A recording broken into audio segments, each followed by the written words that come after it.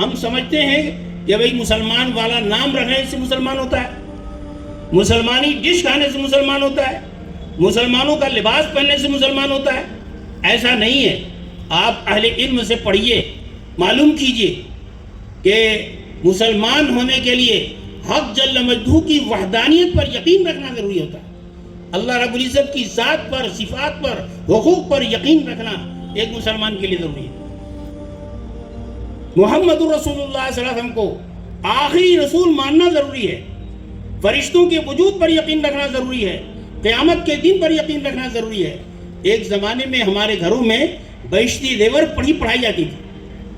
بہشتی زیور کی پہلے جلد میں ایک بحث ہے عقیدوں کا بیان، وہاں پر بڑی تفصیل سے لکھا ہوا ہے کہ ایک مسلمان کو، ایک پڑھے لکھے مسلمان کو یعنی 49 چیزوں پر یقین رکھنا ضروری ہے، لیکن اگر 49 نہیں تو یہ جو موٹے موٹے عقیدے ہیں بالکل اس پر یقین رکھنا ضروری ہے۔